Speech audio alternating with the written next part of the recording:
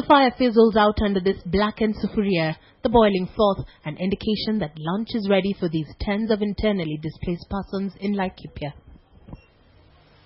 It may not be much, but for them it is all they have to keep them going. For the children now, even a delicacy, one decent meal usually enough to last this group of people until the next day. The hope of a better life, however, remains a distant dream to these people 2 years on, a people who just a few weeks ago had travelled miles from the Kiradimo camp in Limuru, a trek that was laden with the hope of a new life in what to them was a promised land. Weeks later, and the only difference to them is the location.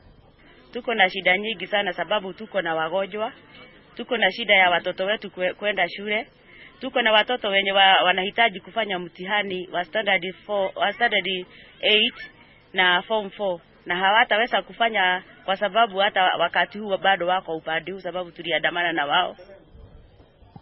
They had moved here after a Good Samaritan donated an acre of land for them, but when they got here, they found another group of people already settled here. Now an acre piece of land is home to over 20,000 people, unemployed, lacking in education and threatening to be a hub breeding in diseases. But the biggest puzzle is why they have to live on donated land when the government has reportedly spent millions in purchasing up to 35 different parcels of land across the country. Or has it?